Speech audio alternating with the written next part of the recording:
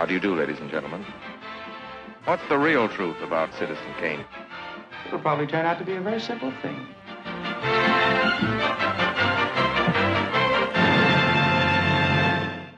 Hello, everybody. Hope you're doing well. I'm Parker. I'm Max. And welcome back to another episode of Better Than Citizen Kane, the highly subjective show where we look at a movie and ask that titular question. Because when every movie ever made is a reasonable contender for the title of greatest film of all time, you have to wonder, better than Citizen Kane? So, this week, we're not in Kansas anymore. Well, We're, what are some other major... we're heading down that yellow brick road. Lions and Tigers and Bears, oh my. This week, we'll get you and your little dog too. This week, Parker, the point is there's a lot of really major quotes here that feel a little played out. Yeah, just a touch. So how do you even... my rule of thumb is if it's been knit onto a doily, then we can't say it. Okay. Which is a lot of this movie, unfortunately. Sorry. What if we just chose like a random line from like the sepia section of the film? Oh, and sure. Just was like this is the what one. we're really hanging our entire episode on. Mm-hmm. No one's ever talked about this, but I feel like this one line unlocks the secrets to Wizard of Oz. Mm-hmm. No, the I've thing waited is, 23 Parker, years to tell you what I think of you and being a good Christian woman. I just can't say it. Yeah, there we go. Yeah, this week Parker and I have waited 23 years to tell you what we really think. What was it? It wasn't. It was never put on a doily, so I don't know what it is. Where Max gets all of the hard-hitting quotes from films, doilies. I peruse doilies on Etsy and Pinterest. Welcome back, everybody. We're taking a look at 1939's The Wizard of Oz. The Wizard of Oz. In case you didn't get it. Yeah, sorry. It's The Wizard of Oz, 1939. It's not Return to Oz. It's not Oz the Great and Powerful. It's not even Wicked. No.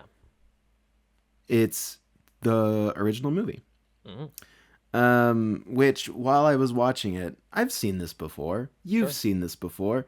Is it worth asking what our histories are? I mean, what is your history with this, Parker? I mean, it's one of those that I saw from a very, very young age, and it feels like a lot of people did. I was doing some research, and BFI has a list of, like, 20 movies people see before the age of 15, and this is one of them. Like, it's just, it seems to be kind of a perennial childhood classic for a lot of folks. That's such an interesting list. I'd be curious. Yeah, I want to look into the rest of that.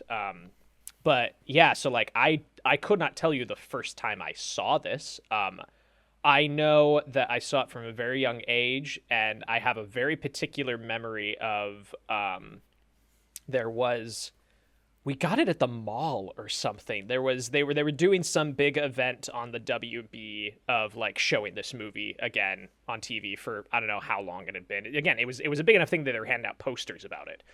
But it was this kind of like black and red and brown Wizard of Oz poster with like a flying monkey very prominently featured, and then at the bottom is the witch silhouette and all the monkeys flying, and it just says "Fly, my pretties, fly, fly," and then the Wizard of Oz, WB, yada yada. And my mom had that hanging in our little game closet, which like went under the stairs. And as a kid, I had to like not look at the monkey because it scared me. It was a very scary poster for me. So like that's a very early memory I have of this movie as well. Monkeys are scary. I've heard a lot of people say that was like one of their formative, kind of. Well, a lot of this movie scary. Is, Yeah, this movie is. Yeah, that is interesting. It's pretty scary. So I couldn't tell you the first time I saw it, but I know it was a big enough deal that like again we had a poster.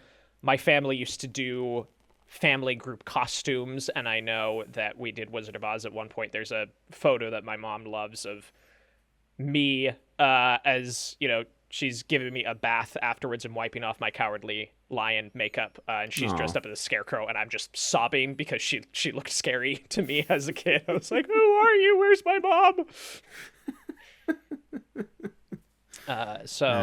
Yeah, but again, it's been a part of my life, but it's one of those that like I talked to you about this last year of just on a whim. I watched this last year with a few friends. And it was probably like the first time I've like sat down and watched this thing in maybe 2 decades. Like Yeah. it was not a big part of my adolescence into adulthood. Yeah, I feel like for me, I watched this with my parents 5 or 6 years ago, Mm-hmm. and had a great time with it, and was like, wow, yeah, The Wizard of Oz. I couldn't tell you when I'd seen it before that. Okay. I'm almost positive that wasn't my first time watching The Wizard of Oz. Mhm. Like, there's no way that you could go 19 or 20 years without seeing The Wizard of Oz if you were, like, especially where I grew up, especially with who I am and my interests. Sure. And so I know that I'd seen it before, but it's just, again, this is it's simultaneously an interesting subject and the least interesting subject in the fact that it just kind of permeates through culture so much Mm-hmm. that it's like, yeah, we've all seen it, you know, Yeah. like, it's The Wizard of Oz. Like, it is the movie, you know, like, in the Truly. same way that, like, Star Wars is the movie, especially, like, the American movie. Yeah. When I was at the, you know, the American History Museum last year, shout out to the American History Museum, which continues to have to remove things from its sections. Awesome. But the entertainment section, I'm sure, is still there. And it's like had a montage of like Hollywood, big picture Hollywood studio fare. Yeah. And so it was like, and then also I'm sure there was other stuff in there, but like I remember there being like a lot from Marvel stuff, obviously, but like a lot of Star Wars is in there. Mm-hmm. And specifically, I remember The Wizard of Oz and Star Wars being in that montage and also having a lot of props in the exhibit. And the ruby red slippers were there. Like, a pair of them were there. And like, for some reason, I don't know why I hadn't thought of it that way before, but I'm like, yeah, this is like, it almost feels like it is. The Wizard of Oz is, in a way, like one of the defining American texts as a film, I would argue. Totally. Is like, we refer, in the same way that like Superman as a comic book figure is a defining text of America and Star Wars is kind of a defining text of America. This feels like, you know, people refer to it. The Yellow Brick Road is so and it's around the world too, but just like, I feel like it gets claimed a lot in American culture as like, this is one of our greatest exports to Totally. the world. It's the great American fairy tale. It's Yes. our contribution to the fairy tale canon in a huge way. And it's so interesting that it is, because of the fact that it's about a man who's not as magical as he actually claims that he is, and he's a fraud who lives in a big green city. Yeah. And, you know, like, that's interesting. Yeah, there is again, it's one of the most talked about book series intellectual properties of all time, and I have not done nearly as much research into it as other people have, but there's entire rabbit holes you can fall down about the original books of the symbolism of gold and silver and emerald and like US currency, and there's just a lot of stuff to be gleaned out of this. Yeah, and like, watching it this time, I think, and especially thinking about it like in terms of this show, of like, Citizen Kane, I would say, is also kind of a definitive American film, but I don't think it permeates the culture in the same way, obviously, that The Wizard of Oz does at this point. But like, in American film circles, I'm sure like Citizen Kane is also up there. And like, both are kind of about a man who is built up to be a paragon of wonder and like, and goodness and American values, who ultimately turns out not to be that way. Except that in The Wizard of Oz, he's like, no, but you still have like, what, like, yeah, like he has something to offer still, right? You know? And like, but I do find that kind of crossover between Kane and Oz to be a little bit interesting. Of like, if you wanted to look at like the great men of American film, and look, and I feel like that could be an interesting little article or a research project of like, get on that. Kane, Oz, etc. I can't think of any more right now, but The Wizard of Oz, Parker. What did you think this time watching it? I know that obviously it might have been a little more like, whoa, if we had done it last year after you watched it for the first time in 20 years. But like, do you want to talk a little bit about like how revisiting it 20 years later has felt both times for you? Like, how has that felt for you? It's been interesting. I find it fascinating watching it right now because of the circles that I run in. Anytime I do hop on social media, I've seen a lot of stuff about the Sphere production of this in Las Vegas. Have you been seeing anything about this? You know, you broke the news to me. Yeah. You had me sit down and you broke the news to me, and I was like, okay. Because I didn't see any images from it until like 2 days ago. Yeah. And I was like, oh, no. It's so strange watching it now with that going on, because the images you see coming out of this are like it is. Yeah. For context, this is what? This is the Sphere in Las Vegas. The Sphere in Las Vegas, this giant, 360 domed amphitheater essentially. And what they've done is they've gone through and they've used AI to expand out the frame, right? And the images I'm seeing, maybe it's different in person. I don't know. I can't like cast judgment without actually having been there, but everything I'm seeing, shot composition in film matters, and everything I'm seeing is the original shot. You can kind of see where the square is supposed to be, the Academy ratio, and then it's just nothing. And then it's just set extensions into the sky and out left and right, and it's just like, oh, this is a badly composed image. Like, this looks really bad, actually. Yeah. And everything I've seen from that. And they did an entirely new CG face for the Great Oz that looks really bad too. Like, I don't know why they're doing it to this film. Like, it just feels odd, you know? Yeah. Yeah. I mean, I could just say that it's the inherent suckiness of anyone trying to use AI in film. Yeah. But it's bizarre. But also I think that speaks to like, who is going to see this? Mm-hmm. But also like, I understand, because this is like, I feel like one of those movies that you can do that to and people will turn up because they're like, oh, that's interesting. You know, The Wizard of Oz is simultaneously something that is so known and beloved, I suppose. Although I feel like as time goes on, that might just remain as like, oh, we all know what it is. Yeah. But like but also it's like, it is beloved, but also it probably isn't cherished as much anymore, would you say? Yeah, because like, I think part of that is there's so many. Yeah. There's so many and so much coming off of it now that and that's not to say that no one should have ever done anything else with the Wizard of Oz property. I just mean like, as time goes on and as more things come out, it's like people are probably more primed to be, cherishing and, very particular about Wicked as an adaptation of the musical they love than they are about, well, let's not change the Wizard of Oz just for like a gimmick, Yeah. Which is like you said, that was kind of the other half of my thought, is that while it frustrates me seeing they do this to any film, it is interesting that this film is rapidly approaching 100 years old, and I can't really think of many other films that old that they could do this and expect it to be commercially viable, What, you don't think people are going to want to see like the Maltese Falcon at the Sphere? I don't think so. You don't think? And they're going to have like a new giant CGI of the Falcon. Oh, sure. In every insert shot, it's going to be this amazing. Oh, perfect. Yeah, really cool. Really cool, guys. Hey, did you hear that they're doing the Thin Man at the Sphere? What? They're doing the Thin Man at the Sphere. And then I think they're going to do all the sequels too. They're just going to do all of them. Oh, at the Sphere? At the Sphere. Yeah, they're extending it with AI. So it's just going to be like an office, and then like the walls just keep going and they're blank and they have nothing on them. Yeah, doesn't it sound cool? That's really good. Nice. Yeah, it's interesting to me this is happening. Greatest compliment to a bit. Nice.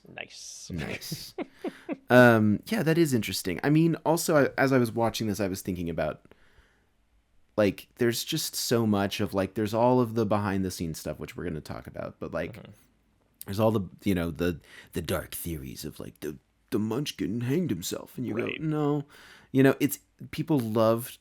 I think the thing about the Wizard of Oz that probably has also helped it stay alive in the internet age is its creepy factor. Yeah, and you can creepypasta the hell out of this. You can creepypasta it, and also like there's this long stretch of time where like the whole Pink Floyd Dark of the like you can put like people have watched it and are interested in it for that. Yeah. Which also feels like an early version of creepypasta behavior of like, well, did you know that if you play it at the same time as Pink Floyd that it lines up? And like it just has this reputation as like the American fairy tale, one of the great films of all time. A movie that people love to mythologize in many different ways. Yeah. And a movie that is marketable from a standpoint of like you can put any quote from it on anything, you can put the characters on anything, and people are going to recognize them. And like, I feel like it's easy to be projected upon, and also can stand on its own, which I think is interesting about it. Yeah, I agree. I will say this about the quote unquote creepiness of it, or like the darkness of it. Whatever. Whatever. Facebook memes that are like have a big arrow pointing at a piece of, background painting, matte painting, and it's like this is, and it's like no, it's not. No, it's not actually. But I will say this, that I feel like maybe we've talked too much about how this movie was made as a culture. Yeah. At least in the circles I run in, because watching it, I'm just like sometimes just struck with an overwhelming sadness of like Judy Garland is so good in this. And also at the same time I go, yeah, and you were abused and you were drugged and you were, like it's like that. And then like she gets there and it's this it's the most magical shot in all of cinema history of the door opening to Oz, and she walks out, and then the Munchkins come out, and I go, oh, okay, and it's the Munchkins, and then it's like, oh, and there's Margaret Hamilton, she just appeared in a puff of smoke. Well, and there was that time that it failed and she got like third degree burns on her face, and then like it's just that over and over. The snow falls and you go, and that's asbestos, and like I don't do that with a lot of movies, and it's such a bummer that it's like I feel like that's the kind of one of the only ways that, especially like when you've when we run in like film school circles, it feels. Have you? And I don't know why I'm bringing this up. Have you seen that Onion headline of like, guy gets sick? He gets like, what is it? It's like guy still gets a little like jolt of exhilaration every time he gets to say, "Did you know John Lennon abused his wife?" Yes, I've seen that. Yeah, and that's how I feel about The Wizard of Oz. Is like film student or like person on the internet gets a little jolt of excitement every time they can say, did you know that The Wizard of Oz was actually super fucked up? Did you know that it was actually super fucked up how it was made? And I go, yeah, we know. And that's like, so and that's part of it, but you can kind of look at it and also set that aside and look at the art as well. Totally. Like those things were done, and this is the product of them, and we shouldn't just ignore how it was made, but also you can appreciate what was made, because it's not like because of what Judy Garland went through, we can just say, well, all of the work that she did is there. It's the Shelley Duvall and The Shining thing too, right? Where people are like, well, she's only good in it because Kubrick abused her, and it's like, no, people were doing their best work, like they were trying really hard. And it's not so simple as to just say, well, it's the result of all this torture. Well, I think the problem is, and it kind of goes, it goes that way with The Shining as well, but this film especially, what I get frustrated by is that, me, like if anybody who's listened to this podcast, that I am a big proponent of, hey, look at the shitty ways these filmmakers made these movies, and that's a problem. We shouldn't excuse them for that, right? Yes. So I have no problem talking about those elements. What I think is interesting about this film is that because of the kind of memification of it all, the way the internet has latched on to the production of this film, it's sort of, it's not drawing attention for the sake of drawing attention. It's sensationalizing it. And that's what bothers me, is that there's an entire culture and community around, whoa, look how fucked up this is. Isn't that crazy? Isn't that crazy? Get the clickbait. Like, it's not about, hey, look how far we've come in safety standards for actors and stunt performers, you know? It's not that. It is not a conversation about how things were bad and they got better. It is just, it's the whole, it's what people try to do with Disney movies all the time of, innocent childhood thing you liked is actually super dark and messed up and isn't that crazy. And that's like, the internet has thrived off of that for decades now. I mean, you know? it's. Did you know that Adventure Time is actually Finn's in a coma? He's in a coma. Right, exactly, and that's they the love thing that to be bugs like every TV show that's just like, and also poor choice of a cartoon show because that show already has its own kind of twisted backstory. Sure, but like. It's the thing of like did you know that every Nickelodeon show from the 90s is actually super fucked up? Yeah. And it's like, yeah, man, okay. Yeah. So that's where I get frustrated with like the production horror stories on this. Not because I don't want to hear those stories and like learn about them. It's the weird cult that pops up around them that exists for this movie specifically, I think. Yeah. All of that said and aside, I like this movie. Yeah. I think it's a good movie. Totally. I think it is kind of a feat of American filmmaking. It's kind of undeniable. Yeah. There's something about... No, go ahead. Oh, it's just, and how it works. That was... Yeah. Like, to your point from what you're talking about earlier of the way we kind of hold this thing up, this movie has such a reputation that, like, a lot of people I know, like, just growing up, and even just seeing on the internet, a lot of people think this is the first Technicolor movie ever made. They just assume that because they're like, like the color in this thing is so undeniable. It's such a huge part of it. This has to be the first like Technicolor film, and it's not. It's not by like several years, but it is maybe one of the best to ever do it. You know, like I think it is. Yeah, like right? I truly think if somebody talks about film as a magic trick, like that's the thing that really gets me jazzed about this movie. And this is not knocking CG. There's a time and a place for CG. Like Jurassic Park exists because we have access to computer generated imagery, and it's fantastic. It's really, really great. However, the thing that you and I get so excited about, and when we're watching sunrise and just gushing about the cityscape, is just the vaudevillian stage magic of how are you doing this in camera, right? Yes. And if I have to sum that up for somebody, it's the shot where Dorothy opens the door. Yep. It's maybe the greatest magic trick in cinematic history. Yeah. Genuinely. I think it is so good because it is so... It's just perfect sleight of hand. You don't know that it's a trick until you actually think about, well, how did they do that? And they're like, that's a stunt double painted sepia tone, and the entire inside of the house is painted that color.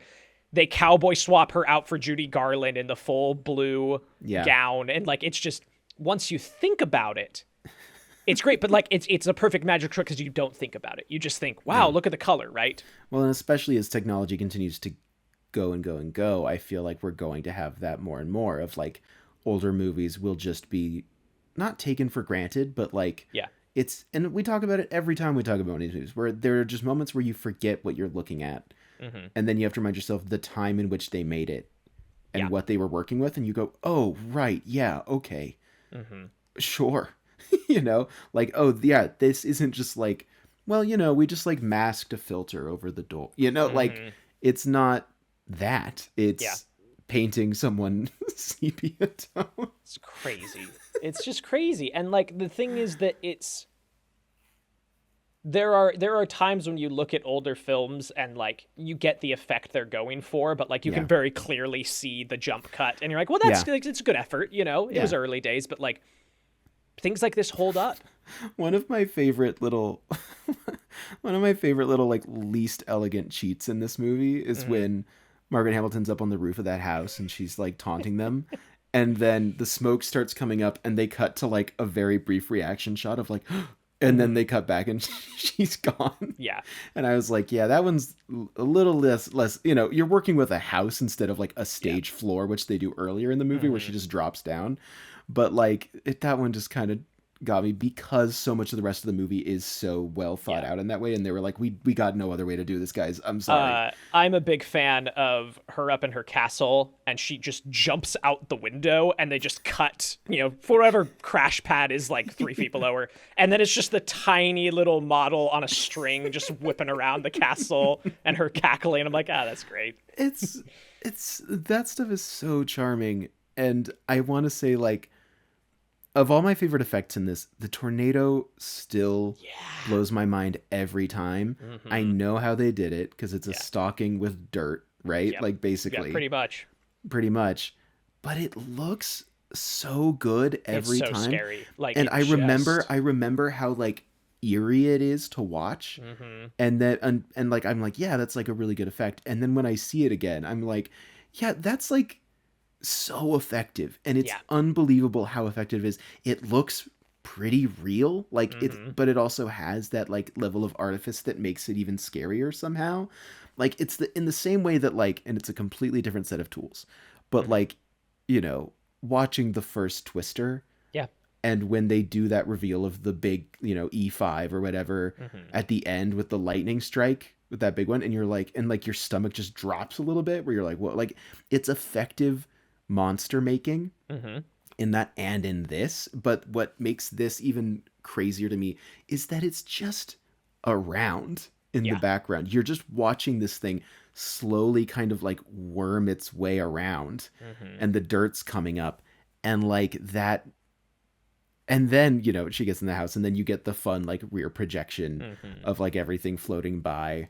But like, man, if the tornado effect in this before we get into the house is so effective and scary to me. No, it's incredible. It's really like outside of that door shot. I think it is my favorite effect in the film. And I'm so glad you brought it up because it's really I think great. It is my favorite. Yeah. It's amazing. It's so good. I mean, we can kind of it's Wizard of Oz. We'll give you the basics. You know this, but I think we'll have some things to share. So some kind of table setting before we start. This movie exists because Snow White and the Seven Dwarfs was a success. Truly, it was saying, hey, look, we can do big fantasy stuff. Fairy tales are in. And so immediately MGM puts this into development. They get the film rights and start developing this whole thing. This film went through 13 screenwriters. Like so many people worked on this, including enemy of the pod, Mankiewicz. We got Herman. He's here. Wait, we're calling him the enemy of our pod just because Gary Oldman's movie of him stinks? I thought that was funnier than saying friend of the pod. I thought about friend of the pod. Actually, and I was like, enemy of the pod. More podcasts Gary Oldman's should have more Mankiewicz. Enemies of the show. Enemy of the show. Enemy of the show. Enemy of the show. Herman Mankiewicz. That's. But he took a pass on this, which is interesting. It also went through like 4 different directors. This whole thing was it was so like roughshod in a lot of ways. In some ways, it was very meticulous, right? So like there are interview clips that I thought was very interesting of they put out this giant casting call for Little People for the Munchkins. They just had to find as many people as they could. And supposedly, according to one of them who did an interview, he talked about how it was like genuinely it was a lot better experience for them than I really would have anticipated it being, because they were so, niche in what they could offer the production. They were each paid $125 a week, which is the equivalent of $2,800 in 2024. So like making decent money for, being there, which is good. The costume designer had designed over 100 costumes for the Munchkin sequences, just individually all across the board, which I'm going to put a pin in Munchkin, so I have to ask you about something when we get to that part. I would never put a pin in a Munchkin. Well, I feel like that would hurt them. You're probably right.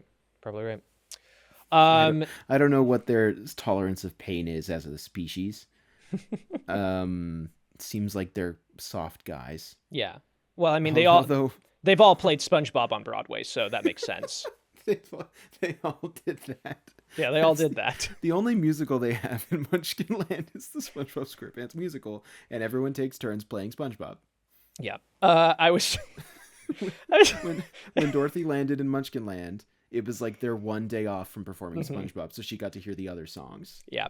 I was watching with this Ellie, and Ellie reminded me of a really good internet meme, which is just you watch the scene where Dorothy shows up and Glinda's explaining what's going on, and just watch Glinda's face and just think about her expressions being in context of Elphaba's going to be so pissed about this. And it's so funny. It's so funny watching this performance if you're thinking about Wicked the whole time. It's really good. Anyway. Yeah. I simply feel like Margaret Hamilton's witch is not named Elphaba. I don't think so. I simply cannot believe I don't buy that. Yeah.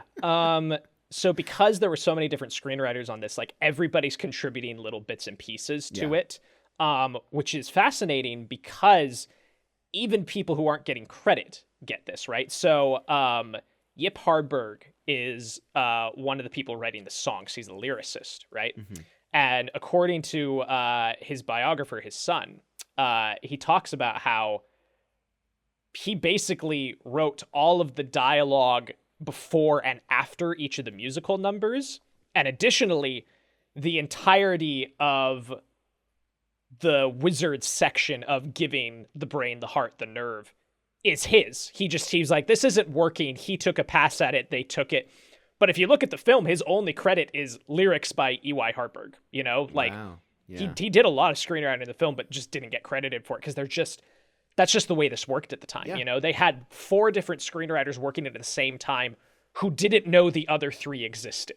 And that was just standard practice of Hollywood. They were just like, just you take a pass and you take a pass and you take a pass and we'll just pick the one we like the best. And you don't need to know that somebody else is doing this. Yeah. Imagine Hollywood today hiring 4 writers. Yeah, could never happen. It simply could not happen. Let's see. Because the Technicolor process required a lot of light, and so sets were regularly getting up to about 100 degrees in there, and everybody's in these crazy costumes and makeup jobs. Margaret Hamilton, because of her copper-based makeup, could only do like a liquid diet on set with the makeup. She couldn't eat anything.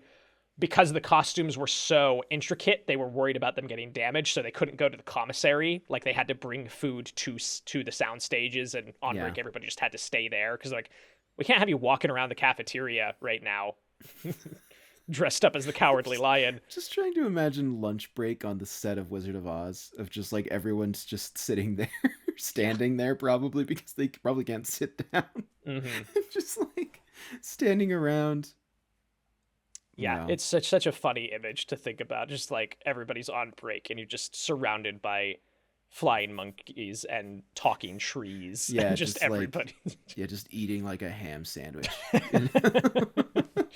All right, back to it, everybody. They're already in position, so they just clear their throat. Yep. Wild to me, we talk about like directors doing a lot of crazy stuff in the same year. It's bonkers to me that Victor Fleming did this and Gone with the Wind in the same year. That's wild to think about. Like, I was about to do a huge reaction and then I yawned instead. I know, the timing was I genuinely am shocked by that. I had no idea. Yeah, this is the same year. I also forgot that he directed that as well. Victor Fleming's one of those guys where like I know who he is, but Gone with the Wind in particular just feels like a movie that exists. Truly. It just it got formed out of the ether. I don't think of it as like something that was directed, unfortunately. I feel like that's probably unfair, is it? To Gone with the Wind. By the way, everybody, Gone with the Wind is one of the movies that Parker has banned from ever coming on the podcast. I don't want to watch it. I don't want to watch it again. Don't like it. Yeah, unfortunately, Parker used to date Gone with the Wind, and so he can't. Yeah, just the bitter exes. Yeah. Okay, so this is. Okay, sorry. I'll get it off. Continue. No, I'm just interested to hear your thoughts on this. So when we jump over to the casting, Dorothy in the books is much younger. Yeah. Like, they age her up because Judy Garland was the most established actress out of the bunch they were looking at. Yeah. And originally, the runner-up, the first choice was Shirley Temple, who would have been 11 at the time of Fascinating. filming this. That's fascinating. Which is, like, I think Oh. that Garland's performance is really great in this. And also there are times where, like, her characterization, like, it's odd seeing a teenager, almost young adult, acting like a 10-year-old. You know, there are just certain, like, reactions she has. There is kind of a strangeness to it. For me, it's how she's behaving before and after Somewhere Over the Rainbow. Yes. Mm-hmm. Where, like, her voice is so mature and wonderful when she's performing Somewhere Over the Rainbow that, like, and also you just hear that song so much that you, like, forget the context of the performance around it. And that isn't to say the performance is bad at all. It's just that she's playing someone who feels younger, but it's so apparent, especially when she's just singing that song.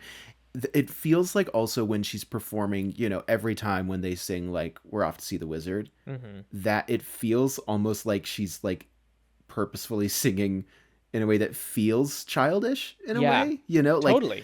But it's not, but it's in those songs in Oz that is there, and it's not there at all in Somewhere Over the Rainbow. Somewhere Over the Rainbow just feels like a beautiful performance. Yeah. By, like, you know, a young woman. No, it feels like, you know, not in content, but in, like, context. It feels like a lounge song. Like, it feels like you're going to be at a club and somebody gets up to the mic and sings this gorgeous rendition. Everybody claps afterwards. You know, it feels like that. I agree. Well, and it's just, it is, So the Shirley Temple, that's so interesting. It's such an interesting thing to think about. Because Judy Garland is so, like, this is, like, one of the most iconic performances of all time. And even just down to a character design and how she looks is, like, it almost feels wrong to imagine anything else in place of it. Totally. But, like, I feel like, if Shirley Temple was in this, that's so interesting. I hadn't learned that, and then when I found that out, I was like, oh, that's fascinating to think about, right? That makes the, because that's the other thing, is, like, the moment when Dorothy is like, I think you're the best friends I've ever had. And I'm like, you look like you're 19. Like, right? Yeah. I know that you live with, like, your old aunt and uncle, and all your only friends are these exact same men, just in less exciting costumes. Yeah. But I'm like, that's a real bummer. Yeah, you don't have any other friends? I agree. Like, the Scarecrow and the Tin Man are the best friends you could have ever asked for. Which is interesting, like, talking about this idea of... But if she's 11... Yeah, if she's 11, that makes more like, sense, right? And to your point of this being such an iconic character, an iconic role, I think where it lands makes it that way. But it's fascinating because originally, even with Judy, they wanted to make it younger. They gave her a blonde wig and, like, very specific, like, baby face, like, baby doll makeup. And they brought in George Cukor, director of Philadelphia Story, My Fair Lady. He came in and did a stint. He was going to be director, but he was creative consultant. There were, like, 4 directors of this, right? As well, they, like, went through 4 directors before Fleming. So, like, he gets brought in, and he says, get rid of the wig, get rid of the makeup. And he tells Judy, he's like, just do it as you. Like, be yourself. And I think that's what saves it for me. If she was trying to do visually an affectation of an 11-year-old, I think it would be laughable. I don't think it would hold up, you know? Yeah, I think whereas this, you get some of that in the performance sometimes where it catches on you a little bit. Yeah. But otherwise, you're like, yeah, this is a very sheltered, naive 16-year-old, you know? Yeah, because she lives in the middle of nowhere, and her only friends are a dog and 3 men. And 3 farm hands, yep. And it seems like everyone else who's older than her just hates her. Yeah, there's just nobody can stand hanging out with Dorothy. Which is really rough. It's really too bad. Which is why Somewhere Over the Rainbow lands so well, though, because the movie so quickly just establishes this young girl who's like, I have nothing to do here. But, like, genuinely, like, it feels so dour there in Kansas. And, like, no, it does. Anyway. It just, good let's call. see. I was going to say that, funnily enough, that feels like a performance that feels very similar is Florence Pugh in Little Women, where like she's doing just the right amount of that's a very playing good herself point. instead of trying to play like an 11-year-old. You know. Yeah. Anyway. No, that's a very good poll. I'm so glad you brought that up. Yeah. So there were a couple of recasts that happened after they'd gotten things set, which was interesting. So Ray Bolger, who plays the Scarecrow, he was originally cast as the Tin Man. Yeah. And he went and begged the producer because he's like, hey, look, the guy who got me into acting is this guy named Fred Stone who had done it on stage in 1902. Yeah. And he was the Scarecrow. And he's like, I will do anything. Like, I want to be this character more than anything, please. And so they swapped the roles. They gave him that. They originally cast a guy named Buddy Ebsen as the Tin Man. And he recorded all the songs, and they started filming. And another one of those stories, he had a terrible toxic reaction to inhaling the aluminum dust that was in his makeup. Got hospitalized, had to be replaced. And then they bring in Jack Hawley, who takes over the role, which is interesting. Lungs were just crazy strong, and he had no weaknesses at all. Well, they changed the makeup compound because they're like, oh crap, okay, we need to redo this. So they changed everything so that didn't happen. I really again. thought that he was just going to have been like, I'm built different. I'm just built different. I can just inhale aluminum dust. That's so funny. But what's interesting is that, Holly went back and re-recorded If I Only Had a Heart and, some of the other kind of solo bits. But all of the Groot numbers is still Ebsen in the film. Oh, interesting. They didn't have time, and so they brought that in. Another big one that people talk about, and you can look up the makeup test for this, which is really interesting, is originally Margaret Hamilton was not the witch. They had an actress named Gail Sonnengard. She was cast as the witch, and all the makeup tests for her is much more Evil Queen from Snow White. It's much more luxurious and kind of foxy and glamorous. Sure. And then when they told her, hey, we're going in like the ugly hag direction, she dropped out. She's like, no, I don't want to do that. And so they hired... is that nothing, it didn't impact Margaret Hamilton's career at all. No. Having, coming in to play the role as it existed in the movie. That didn't impact her at all. No, of course not. Yeah, Hamilton got hired 2 days before filming started. Oh, cool. Which is crazy because she was an MGM contract player. So let's bring her in. And despite everything she endured on this film, despite the burns and everything that happened to her, she's talked about frequently that she's like, hey, I had a great time. I have no regrets. Like, I love this role. I'm so glad I got to be a part of it. But hey, just a quick hell yeah for Margaret Hamilton. Hell yeah for Margaret Hamilton. She's so Seems like good. She was so cool, and she's so good in the movie. I think she's the best part in the movie. Like, I think she's the best performance in the movie. So good in this. Yeah, sorry, go ahead. No, you go ahead. Just, it's interesting to me again when you look at the Sonnengard situation. There are a lot of actresses, I think, at the time especially, who really were not into the idea of being glammed down at all. No. Just like, no, I will not do it. I'm not going to. I mean, at that time, it's risky. It is, absolutely. If you are perceived as an old hag, or even a woman who is not beautiful, that's kind of your career done. Totally. Because, I mean, even, like, Meryl Streep has talked about that. Yeah. Extensively. She's like, the minute she turned 40, she got like 3 different offers for like Grandmother and Witch. Yeah, like that's it. And she was like, what are you talking about? And Margaret Hamilton at time of filming was like 38, and she nails it. She just fully embraces it. Well, she created the witch. Yeah. Like, I'm sure that witches probably looked like that before this movie, like in Halloween decorations, I imagine. Like, this probably came from somewhere, I'm sure. Yeah. But like, everything that she's doing is it's is just what a witch. It's like when we talked about Frankenstein last I was going to bring up the Frankenstein's same thing. monster. And they're both green. What if we made them green? That was Hollywood's big idea. Why are you green? What if we made the monster green? And then redefined a monster for the rest of time. Forever and ever. I mean, she changed it. She she rocked it so hard that she is the witch. Mm-hmm. Yeah, like truly, That's the witch. That's the witch. That's the witch in everything. I think if you are reading a child Hansel and Gretel, this is the image that comes to mind. Yeah, You know? I will say, if it's like the Far Side comics and there's a witch, it's this. Yeah. I will say, do you think that that Robert Eggers' career would have gone the same way if the witch had this witch in it? If this was the witch from The Witch, the Vavitch. Apologies. Mm-hmm. I think much to think about. Yeah, I'm gonna have to sit on that one before I can give you a definitive Wait, answer. it feels like you changed your mind because I gave you an out to just say much to think about. No. Okay. You were still thinking. I'm still. I would have had to talk my way through it. Oh, okay. Okay. Well, then let's not.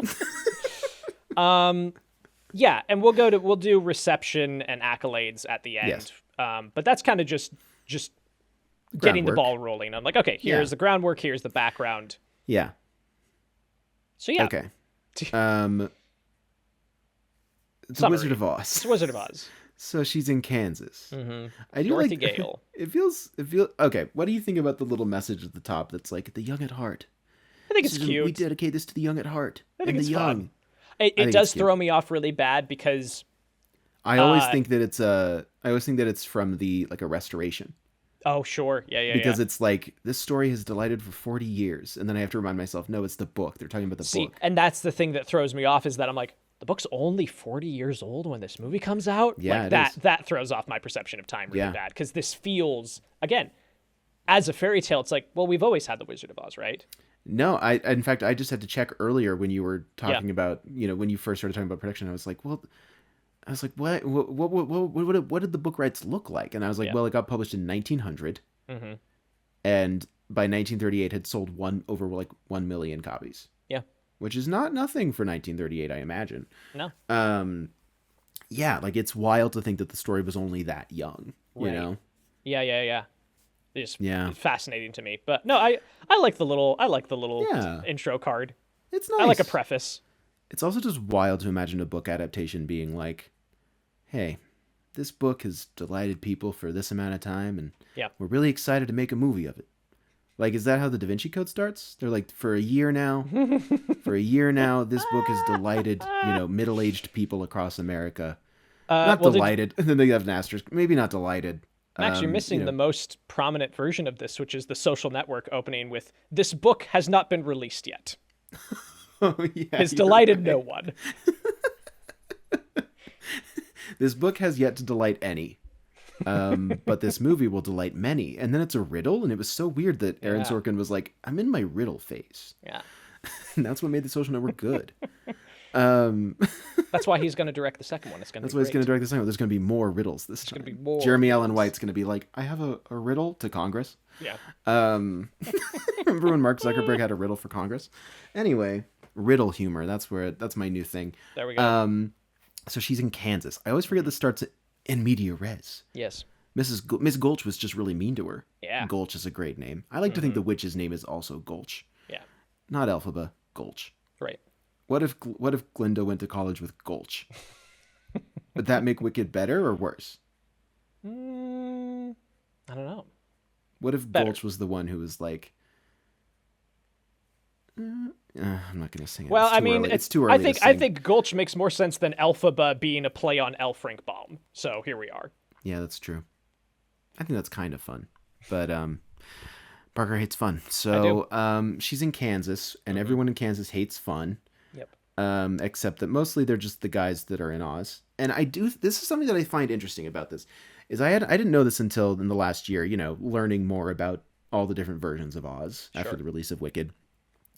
But the Wizard of Oz is basically just pitching that Oz is a land that exists somewhere else on Earth. Yep. It's not trying to be like a major fantasy, at least in the book, from what my understanding is. It's just meant to be a place that you could end up. It's not like a Narnia situation. Initially, it was just like, the tornado picked her up and dropped her in Oz. It's the next state over. and I do find that kind of interesting of like, right, somewhere over the rainbow is like very literally like there might just be a place just a little bit further that just way. a little further that way. And Yeah. it's like, yeah, you know, in I don't know what's next to Kansas, Nebraska. Well, it's interesting because while they were developing the screenplay, they took like 2 or 3 passes that stripped all magic out of it completely because they thought that wasn't in vogue. They thought they're like, oh no, people won't go for that. And the remnants you get of that in this, the compromise they made is they said, let's just imply it's all one big dream. You know, that way we can get away with it. We can have a little bit of leeway. But yeah, it's interesting because like the book, it is very much like a place. Yeah, it's a place you can go. Mm-hmm. She'd ended up there. Yeah. You know, at a time when it was like you didn't really know all the places that were around you. True. Yeah. You know. Mm-hmm. So she's there. You know, what do we need to say about Camp? We already, you know, somewhere over the rainbow happens. Somewhere over the rainbow happens. See She's the three ignored guys, by her family and the people around her. The farm hands get, you know, very direct, you know, like Hunk, Hickory, and Zeke. I just like those names. It's pretty good. But you know, it's like, oh, you know, maybe you're a coward, you know, but you know, the actor who plays the lion is like, you got to have courage, Dorothy, and then he isn't very courageous. He's very scared when she falls in the pig pen, which was very funny. Ellie just turns and looks at me. He's like, so I'm gonna go out on a limb here and say these 3 are the guys. This is Scarecrow, Tin Man, and Lion. I said, I don't know what you're talking about. Had Ellie not seen this before? No. Whoa! Yeah, wow, it was big. After so much time talking about everyone's seen this. All right, Parker was just holding that in his back pocket. I think she has seen like a good chunk of this. You know, just like everyone's seen the seen pieces. it. That's what we mean when we say everyone's seen it. It's like everyone's seen a good chunk of this. Mm-hmm. Yeah, those are the 3 guys. And then this is our second time covering a movie with the line, "It's a twister, it's a twister." Shout out Airplane from earlier this year. Mm-hmm. It's a twister. Indeed. And Dorothy has to run home because she goes off and she meets... Which is one of my favorite scenes in the movie. I really like when she meets Professor Marvel. Yeah, Professor Marvel. And it's a good scene. It's a good scene, and I like it. It's just...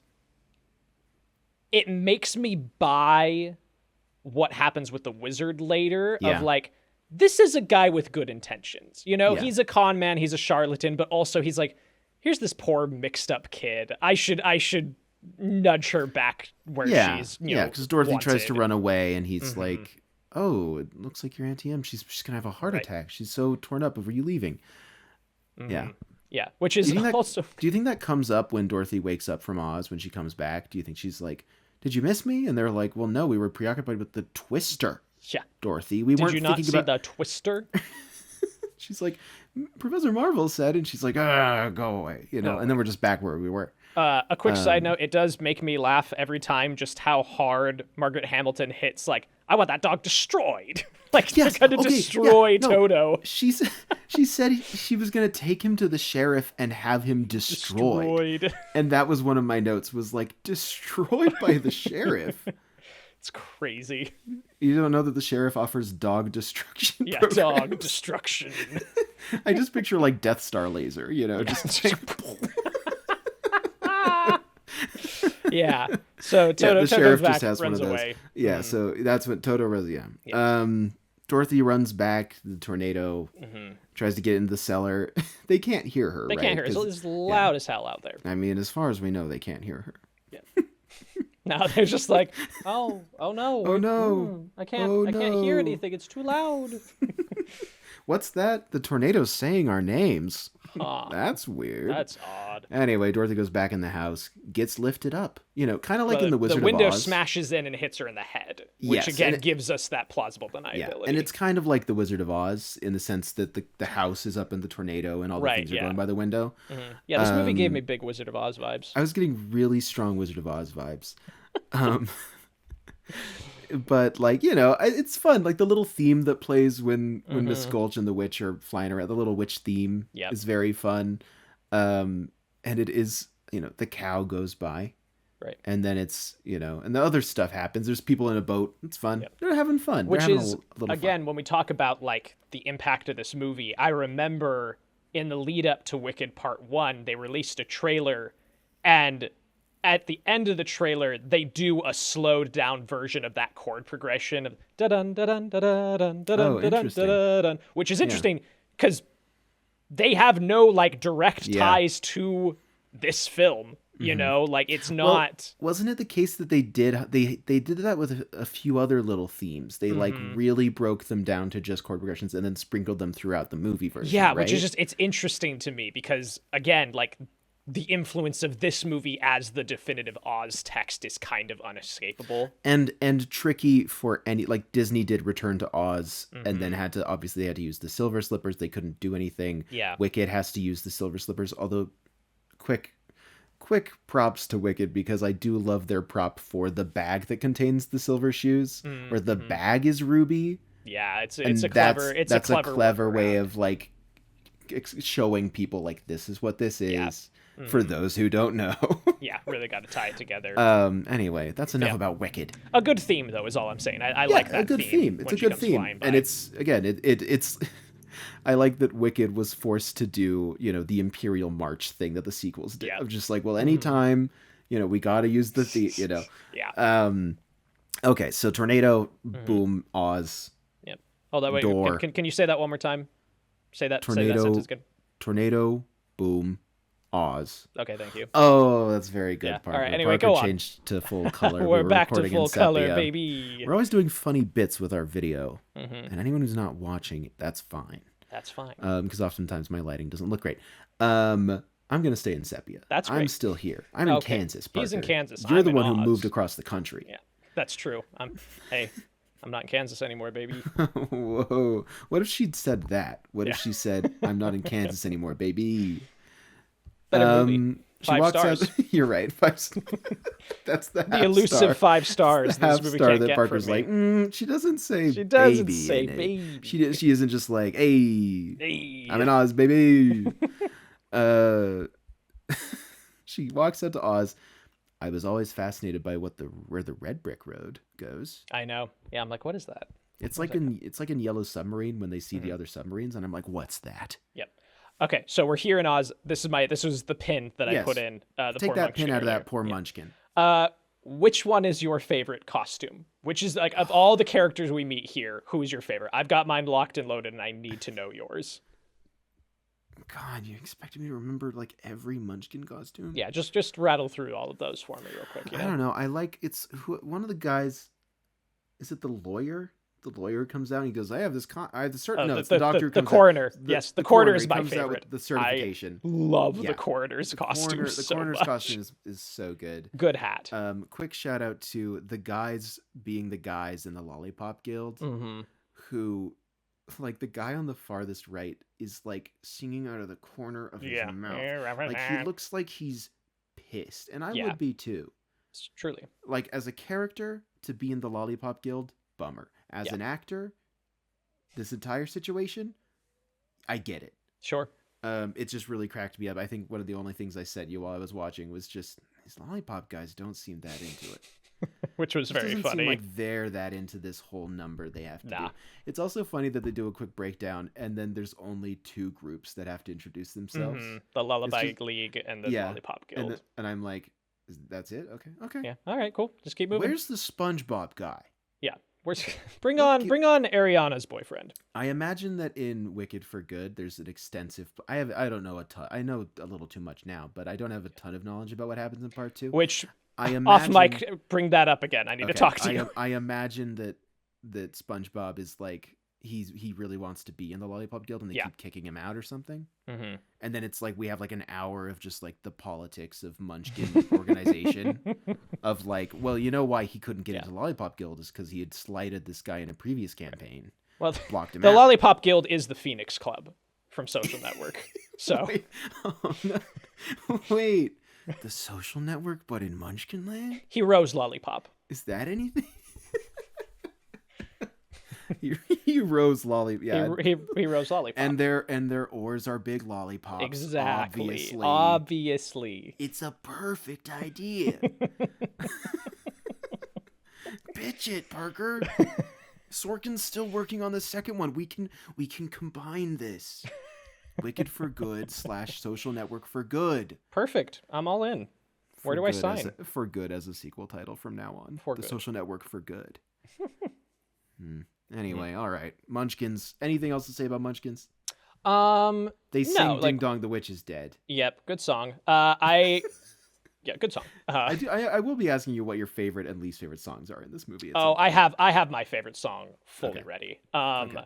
Least favorite I'll have to think about. But yeah, we get all the Munchkins. Glinda shows up. She came down in a bubble, Doug. Which was a very funny bit that Ellie and I had a few weeks ago when I was talking about how we were going to watch this movie and then talking about the Sphere, which was just, I think the Sphere should do Wizard of Oz, the Glinda experience, and it's just Overwatch style, like floating hands inside the bubble. Yeah, we talked Yeah, about that's this. Okay, you were there, yes. Yeah. And just muffled noises. Yeah, and like when she's not on screen in the actual movie, she's just like hanging out in her little house. Yes. The image of that was so vivid that when I brought it up to Ellie when we watched the movie, I thought it was a real thing that I had seen. Like I was like, do you remember like it's like an Instagram reel or something that we saw? And Ellie's like, no, we made that up. No, we made that up together, the three of us, right funny. Before you moved. That's right. You were yes. telling me about the Wizard of Oz thing, and we were like, oh, what if it was the Sphere was POV, the Glinda experience, and you're just like seeing first-person shooter hands of just Glinda. hand. Like checks the nails. Yeah, has the wand. Anyway. Because like if you're gonna be in the Sphere, you might as well be in the bubble, Doug. Yeah. Is that the Wizard of Oz? Is one of the Wizard of Oz's most pertinent, relevant references in the last 10 or 20 years? Probably. That vine. Mm-hmm. I think so. I think that kept it in people's minds. Okay, so Glinda Glinda's shows there. up. What do you think about Glinda? What do you think? What's the actress who plays Glinda anyway? I don't know her name off the top of my head. She's not. Stall for time. She's not Auntie M though, is she? No.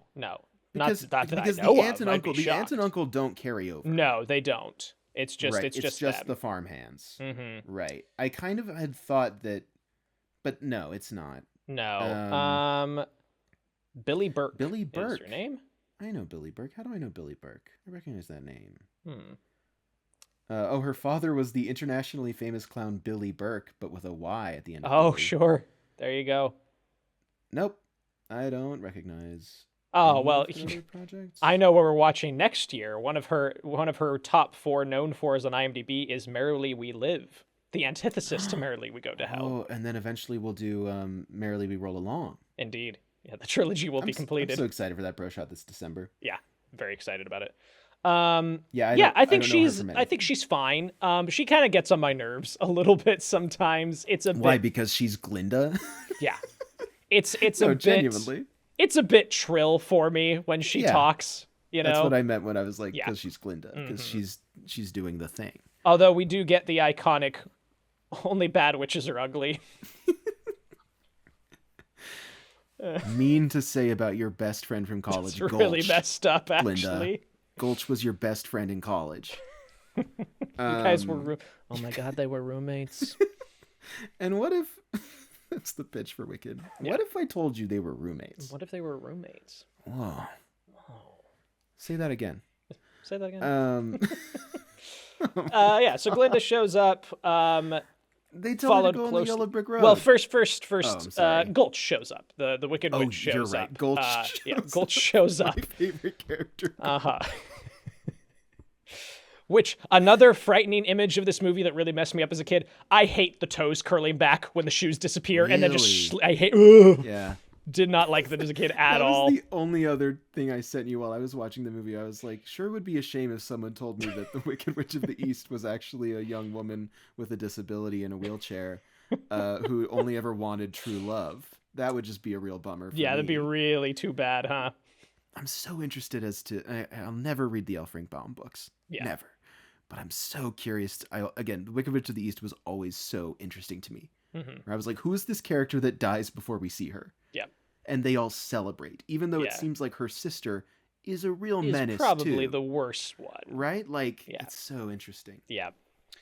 And she had the shoes. Yeah, shows up, wants the slippers. Glinda teleports the slippers onto Dorothy's shoes and says, And hey, that's can't just take them like, off. I mean, speaking of just like little magic shots, Mhm. when, you know, the insert of Dorothy like twisting her foot Yeah. to show off the shoe, and like the way that they glimmer onto the road, Mm-hmm. I'm just like, yeah, that's magic as hell. You know, Yeah, that's it's just a really fantastic shot. It's stunning. Yep. Also later when she tries to touch them and then it's like, the and ELO album. the El Dorado cover. Mhm, Yeah, the ELO album. I was waiting for it the whole time. I was like, when does the ELO cover show where up? is that cover show up? Yeah. So Gold shows up. She is quickly not defeated. She's just kind of like, well, she is defeated in the fact that the shoes are on. Well, Dorothy. Glinda says, "Get out of here before a house drops on you." And she like looks up and she's like, "Oh man, that could happen, couldn't it?" Yeah. She gets spooked and she runs away. Gulch has PTSD and you're laughing, Parker. Her sister just died. It's really insensitive. So then she vanishes. I love the puff of orange smoke. It's great. Yep. And nothing bad ever happened. And nothing bad ever happened. Hell yeah, Margaret Hamilton. Yep. She goes off and then they're Follow like, the okay, other road. you gotta go. Off. You gotta go to the Wizard of Oz. He's gonna send you home. Yep. She Big old fork in goes, the road. Doesn't know where to fork in the go. road, doesn't know where to go. Scarecrow. Mm-hmm. I like this song. I a like good this song. performer. I like this performer. I think he's doing a really great job. I think of the three, who's your favorite of the three? I have such an attachment to Cowardly Lion. Yeah. I think he's a lot of fun, and I like that performance a lot of like just kind of the like Brooklyn, New York, put him up. Like Yeah. it's really good, and just the noises he makes. Just I just like him a lot. Cowardly Lion's my favorite. I think the Tin Man's my favorite, just because I don't know, something is so. I really like the timbre of his voice. Mm-hmm. When he's singing. I love hearing him sing. I think his is my favorite his voice to listen his to. His singing voice is just fantastic. Mhm. And also the suit is so good. Yeah. I just love the look of it. The only thing that really unsettled me this time watching is I don't like that he just has human teeth. Like, I don't want them to like paint his teeth with this stuff. Uh-huh. But they could have put like a mouth guard in. Like, just something. When he's singing, I was like, oh no. Why does he have teeth? He's a Tin Man with human teeth and gums. Yeah. And that was that's the only part that's like unsettling to with me, Tin Man, I specifically was thinking about how crazy it is how well the prosthetics hold up in close-ups. Yeah. Like, I can't see the seams of his nose. No. It's really great. And you can see the seam on like the mask of the Scarecrow. Mm-hmm. The really lion too, but like well. Tin Man's pretty seamless. Tin Man's pretty seamless, yeah. Yeah. I like the look of him and I really like his singing voice a lot. Mm-hmm. So I think he's my favorite. Yeah, he's really good. But I mean, also, have you seen that thing on Letterboxd? People think the Scarecrow's hot. Oh yeah, I've seen that. Okay, well, hang on, Parker. Be honest. Are you? Doesn't do you anything making for this? me. I just Oh, okay. I like. You've just Listen, man. The internet loves a gangly, just You're like right. It's the sexy ragged Tumblr man thing. Yeah. It's the only way I've had success in my life is that I have gangly Scarecrow energy. You know. Oh, that's nice. I'm glad. Yeah. I'm glad that that's the Scarecrow can be, that's a realistic body type for men to look up to. I think so. Not the Tin Man. No one should look up to that guy. No. All right. Well, the Scarecrow. Yeah. So meet Anything the else to say? Scarecrow. They like. I walk think off. we could kind of just I like their big long strides as they walk off the road. Yeah, their little like hop skip is really good. Yep, I like very that fun. a lot. The flailing arms. I like that Toto as a dog is just kind of wandering around the set most of the time. Yeah. I think A very that's really good funny. dog, by the way. I really Oh, yeah. Toto is great in this movie. Yeah, I like at one point like the witch shows up, and I feel like Toto just kind of like walks away. Yeah, he's like, I'm out. I'm done. Actually. I'm just like, yeah, that's awesome. Apparently, like he was a very well trained dog, but he had a really hard time following around the Cowardly Lion. He just kind of scared him, and so like the shots of all of them walking down the road took so many takes because Toto just wouldn't walk with him. He's like, nah. Hate that I guy. don't trust this guy. I don't trust this dude. Okay, so then keep walking. Keep walking, talking trees. Yeah, throwing Also apples. scared me as a kid. I didn't like the way they looked. They're unsettling. Yeah. for sure. Well, there's also right before that the witch is like behind a tree and then she like walks away. I thought that was kind of spooky. Yeah, it's spooky. I do like for that. kids, it's like, oh, she's right there. She's right there. Trees. Tin Man. Oh, I don't know what it is, but the sound design on the oil can rubs me the wrong way. Something about just like it's not even like squeaking. Like it's the just click, like it's just like a Mhm. like I don't know what it is. It's very realistic, I imagine. Sure. Something about it I was like, I don't like hearing that every time. Stop it. Stop doing that. Yeah, Tin Man, great. Jumping forward just a little bit because I'm thinking about it. I do have a very real like C-3PO and Star Wars thing with the Tin Man where I forget that most of the movie he looks all rusted and busted and then he gets all buffed up at the end and like that's the vision of him in my head because that's on all the posters and everything. But I'm like, nah, he's kind of rusty and grimy most of this movie. Rusty as hell. He was frozen like that for a year. Yeah. A full year. And that's the only backstory we ever got on the Tin Man. Indeed. And so there he goes. Yep, he's joined. They've added another member to the party. Yep, they're collecting for the RPG. And then is it the witch then and then the lion? Or is the witch shows up to light Scarecrow on fire. Oh yeah. And the Tin Man puts it out with his hat. Yeah. She leaves, and then they're into the woods, and it's like, oh man, there's spooky woods. There could be all sorts of things, scary things, tigers and bears. Oh my. Mm-hmm. I'd never heard that before. No. Never heard that before. I'm hearing it for the first time just now. Yep. And then the lion comes out, put him up. It's great. Yep. It's he starts bullying all of them, chases Toto. Dorothy smacks him on the nose. Why'd you do that? Why'd you do that? He's the best, man. I love him. He's great. He is really great. And so they're like, hey, the wizard could give you, because that's the, again, you guys know this, but they all want something from the wizard. The Scarecrow wants a brain, the Tin Man wants a heart, and the lion wants his courage. Yeah. They keep going. Yeah. We go back to the witch. The witch is watching. Mm-hmm. And her giant, cool crystal ball. Yeah, very Again, cool. Cool movie effect. Like I watch it and I don't think about it, and then I'm like, oh, that's like a projector underneath this thing. That's crazy. It's wild. Yeah. And like especially how it looks darker. Mm-hmm. Like I was like, that's what really stood out to me. Where I was like, oh right, like this is of course, this is like an effect. I like. I like this little scene with her. I like seeing her house. Mm-hmm. It's kind of fun that she's just like up in this castle and is like, go. Yeah. Fly. Fly. I guess is what she Mm-hmm. says. Yes. I don't want to misquote her. Don't want to misrepresent her. Monkeys come. Mm-hmm. Well, no, they're just watching them right now because she's going to put a curse on them. It's the poppies. Oh yes, next. I'm so sorry. You're right. good. I'm sorry. So they get out of the forest. She puts the curse on, and I love. It's one of my favorite switches where they're looking out across the poppy field to Oz. Yeah. And then they go, "Let's go!" And then we cut to they're in the field, and there's a matte painting behind them. Yeah. And I just really liked that. And honestly, if ever we got to the point with like video game engines, I don't know if we're there already, it would be cool if instead of the haze of a land loading, when you looked back, the place you came from became like a matte painting. That'd be cool. That's kind of fun. Like That I is just fun. like that. I Like like that. when they look ahead of themselves at the land ahead of them, it's like a matte painting, and then when they go through that, it's behind them. And the poppy field looks great. It does. Looks really good. Really cool. She poisons them with asbestos. She kills them. She kills them. I do like that Dorothy and the lion and Toto fall asleep, but obviously the Scarecrow and the Tin Man can't be affected by this because I guess they don't breathe. Yeah, I guess. Yeah, they don't sleep. They don't sleep. Yeah. Awful. Troubling. Uh-oh. They're just like these eternal things. They just don't even... Yeah, the poppies. Yeah, the poppies are... Well, she doesn't know. She doesn't poison them with asbestos. Glinda saves them with asbestos. Oh, you're right. Yeah, the poppies are just poisonous. Right. And then Glinda drops a bunch of asbestos on them. And that's the climax of the Glinda experience of the sphere, is when she's like, oh.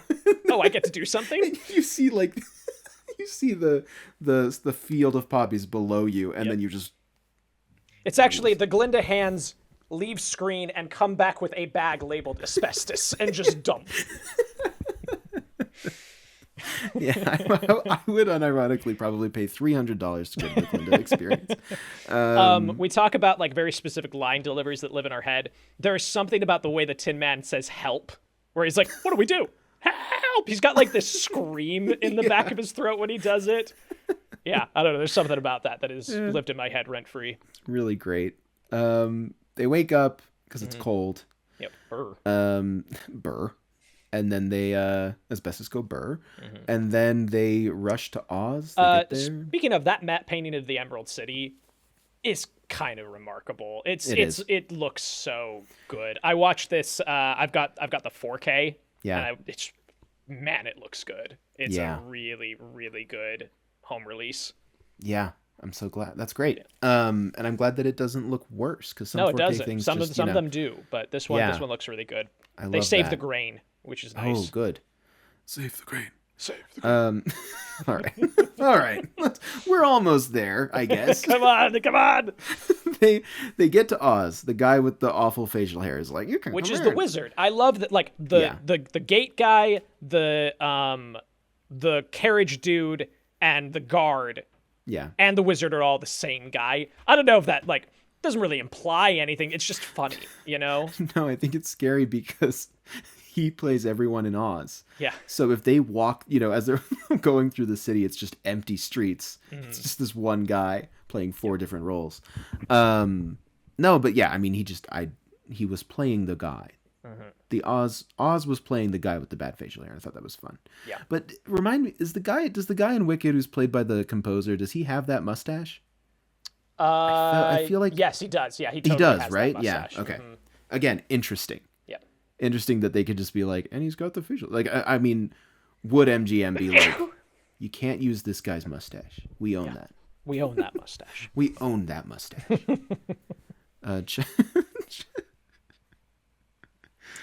Oh, man. You should check the letterhead again. Yep. So they get Have you there. checked that recently? They checked that recently? Why is this the Social Network episode? Why does that keep coming up for Wizard of Oz? I don't know. But he won't let them America-defining movie, I suppose. Yeah, of course. We already talked about it. True. That's the thing. We covered it this year. Yeah, we covered this. He won't let them in until he sees the shoes, lets them in.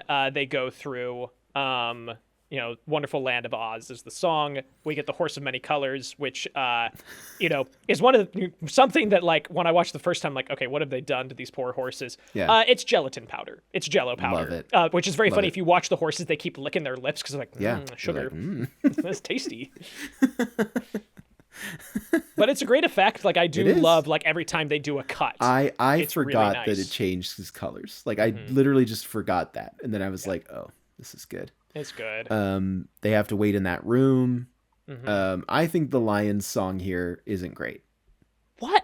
King of the Forest is my favorite. I love King of the Forest so much. I saw that some people hate that song. I don't hate it. It's just like, by that point, I'm kind of like, I just want to. I'm obsessed with his vibrato in that song. I don't know how he's doing that with his throat. You know? Yeah, and he's also a lion, which is all the more impressive. Yeah. I like this one a lot. That's good. I do like his final look where they break the vase and put it on his head. And I just kind of feel like that's so peak in movie musicals when they're like using props and sets to like, it's very Singing in the Rain to me too. Totally. Like I'm a sucker for that. So I did really enjoy that. And he looks great in the green. Yep. It's a good look for him. It's a good look for him.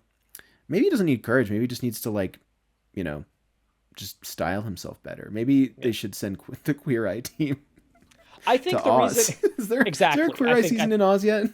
There should be. The thing that's what I like about the song though is that I like the fact that he's like, this is a lion. He should be doing something much more gruff and tumble. And other things like the Wiz gives him kind of like a big, like, I'm a mean old lion, Yeah. And I like the fact that he's doing opera. I just think that's funny. I like that juxtaposition a lot. Especially with his New York kind of accent. Totally. It's but fun I can that see he's got this operatic. In context of like the pacing of the film, it's a weird place to put a song. I get that it halts the momentum. I just like the song. Yeah, hey, great. The big wizard face. There it is, and it tells them they need to get the broomstick. Good. It's great. Scary. Good. What's the Wiz? Does the Wiz have a big face like that? The Wiz does. It's just a giant metallic Richard Pryor, which is kind of cool. Yeah, that's kind of cool. I wanted to ask because I wanted to test my theory that the wizard face always rocks. Like it just always is so it's cool. always really good. Yeah, because even Wicked kind of rocked it. Yeah, I like that. Cool. I like that wizard face a lot. All the faces, pretty good. Pretty good. So they need to go get the broomstick. Yeah, he's like, hey, go kill someone for me. Yeah. I guess his political enemy from college. Yeah. He didn't go to college. I know. No. I know. He used to be Jeff Goldblum. So then they go. It's the Wizard of Oz. I don't know. Yeah. They go to the witch's castle.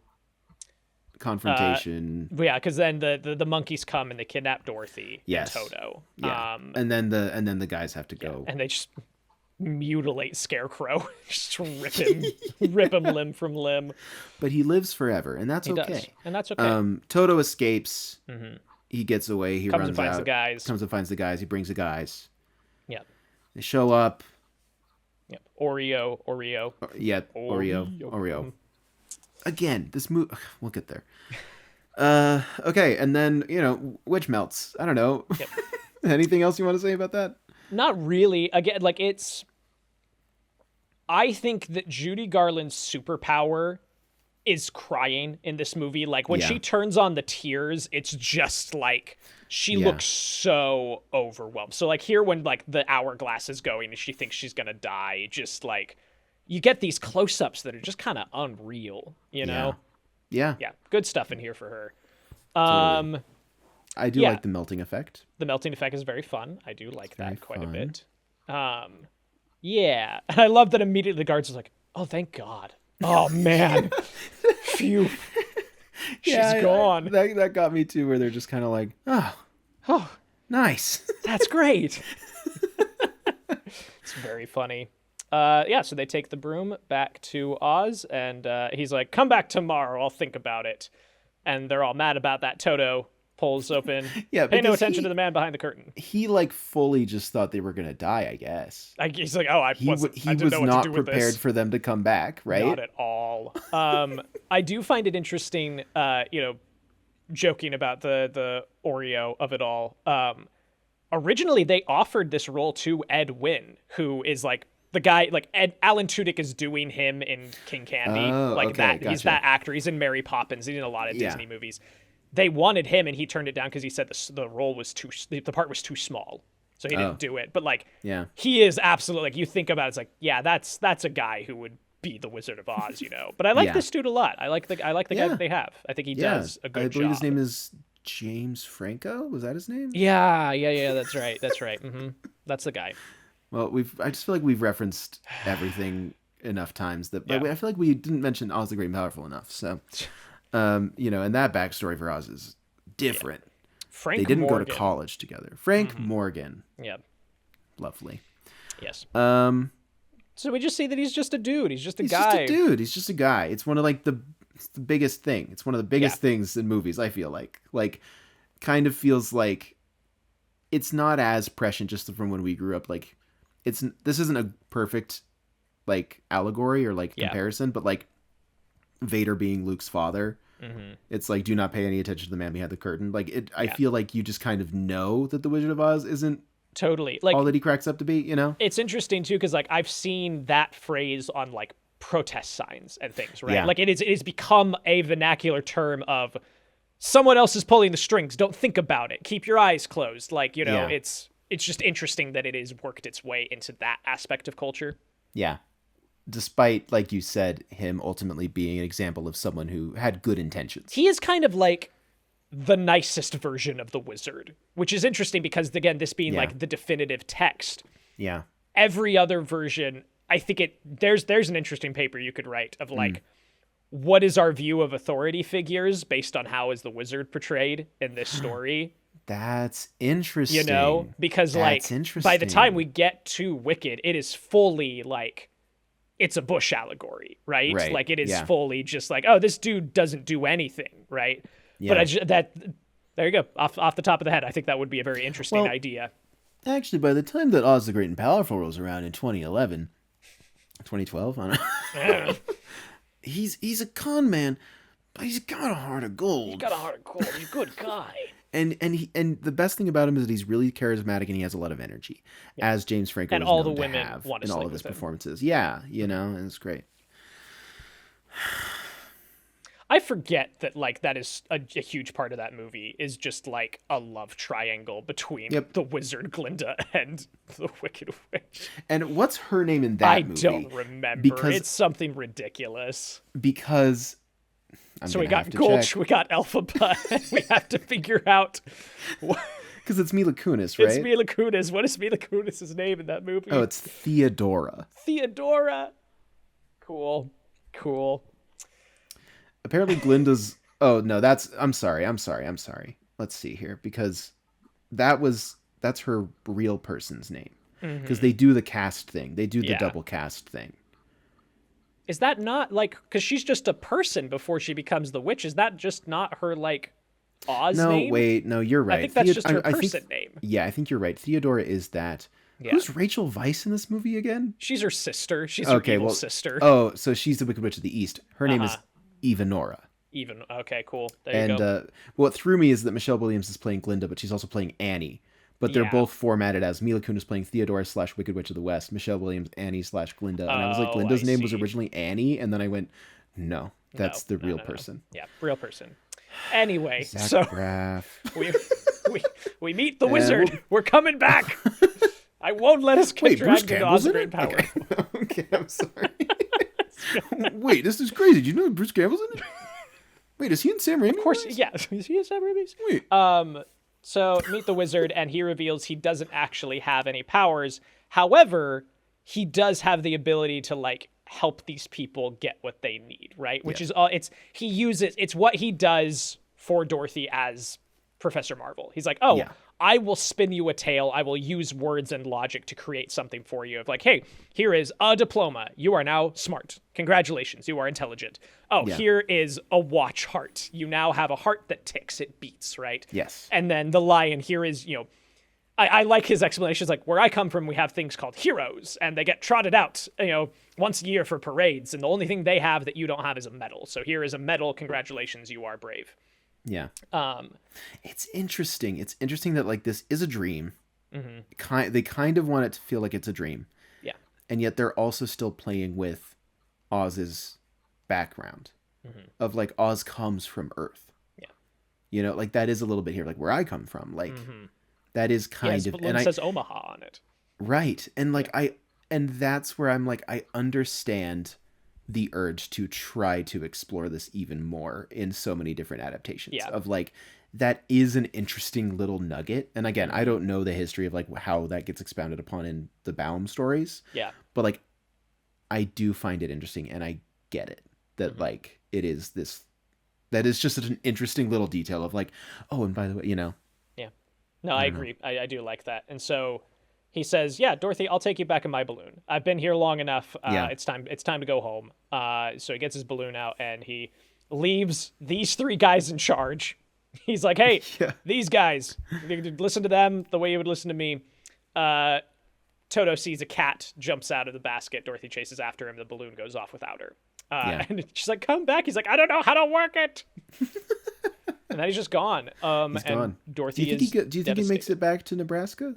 I like to think so. I have this, like, I don't think it's textually supported, but watching Professor Marvel's performance in the last scene of the movie almost implies it's the same guy. Like there's something about just some of the expressions he gives in like the knowing looks that I'm like, you were there, like, but I think he makes it back.